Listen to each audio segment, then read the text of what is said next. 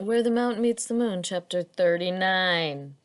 Never-ending Mountain was enormous, so large it made Fruitless Mountain seem like a loose pebble. Minli could not see the tip or the bottom of it, as it seemed to grow out of a gorge so deep that the base must have been at the foundation of the earth.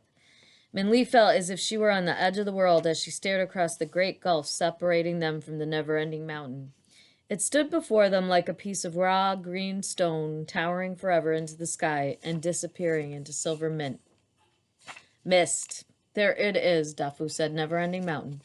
I bet the old man of the moon does live up there, Afu said. The top of the mountain must reach the moon. How do we get up there, Minli asked. She was starting to feel dizzy from staring upward so long. The dragon looked chagrined. If I could fly, he said, I'd be able to get us up there to see the old man of the moon. If you could fly, Afu laughed, you would not need to see him. But Minli said, it looks like flying is the only way up to see the old man of the moon. There's probably another way, Afu said. Yes, Dafu said, you probably just have to let the old man of the moon know you'd like to come up. How do we do that? Dragon asked. Send a message? Minli looked up at the sky as Dragon and Dafu continued to talk. Send a message. Send a message. Dragon's words echoed in Minli's ears, and she felt as if she were searching for a match to light a lantern. The wind gusted at her as if she were trying to tell her something. She watched Dafu's braid fly in the air. As she pulled it down, the cut pieces of her sleeve flapped like the tail of a kite. I know, Minli said excitedly. We'll do it like your ancestors did. And she quickly kneeled on the ground and reached in her traveling bag for the 2 borrowed lines. Dragon and the children looked at her curiously as she waved the sheet of paper and the string before them. We can fly a kite up to the old man of the moon, Minli exclaimed. I'll make a kite of the 2 borrowed lines. That's bound to get his attention. Da'afu and the dragon grinned, and together they made the borrowed lines into a kite. They fastened the page from the Book of Fortune onto Minli's chopsticks and attached an end to the red cord to the kite. But as they tried to trim the thread, Afu thought it would look neater if the end didn't dangle. They discovered that the borrowed line could not be cut. It's a string of destiny, Dragon said as he tried again without success to cut the thread with his claw. Each of them in succession had tried to break it. Dafu even tried to snap it with his teeth. It's reasonable to think it's unbreakable. Well, we don't need to trim the string to make the kite, Minli said, but we can't cut the kite free to go to the moon. Just fly it until the string runs out, Dafu said, then let go. Minli nodded. It made sense.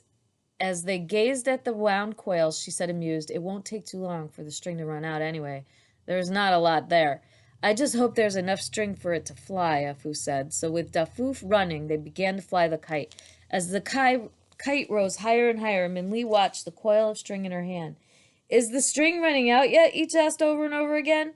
But Minli shook her head every time. The thread seemed to endlessly unwind, even as the kite climbed upward, becoming the size of a name chop mark. The string continued. Slowly it disappeared from view, with the thread scratching the darkening sky with a faint red line. That is a magic string, Dafu said in an odd voice. Of course, the dragon said suddenly. It's a thread of destiny. If we are destined to see the old man of the moon, it will stretch to reach him. You may be destined to meet him, then, Dafu said, impressed. However, as she looked at the sky turning to night, she frowned. But we are not. Dafu, we should go back home. We have been gone too long. After the green tiger, we should try not to worry Amma and Agong so much. Don't you have anything you want to ask the old man of the moon? Minli asked. You could change your fortune too. No, Dafu said, laughing. Why would we want to change our fortune? The children ran down the mountain, their laughter melting into the air. Minli shook her head in confusion, but waved goodbye. As Minli watched them turn into figures of shadows, seeming to dance toward their home and village, she thought of her own Ma and Ba waiting for her in her home far away.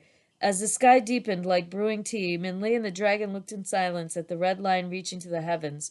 But just as the moon rose in the darkness, Minli felt a sudden jerk on the string. It began to strain and bend. Something's happening, she cried out. Pull the kite in.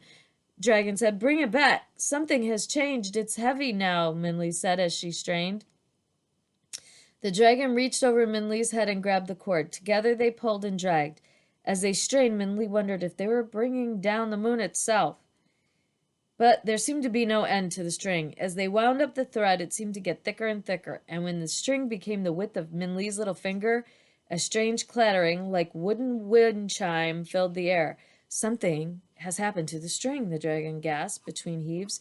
And something strange had happened. The thread, which was really now more like a thick silk rope, seemed to have divided itself into a long, strange web, reinforced with bamboo stalks. As the endless U shape came toward them, Minli gasped. The string, Minli panted. It's a bridge! And here's a little photo or a illustration of this red silk bridge. And that is the end of the chapter.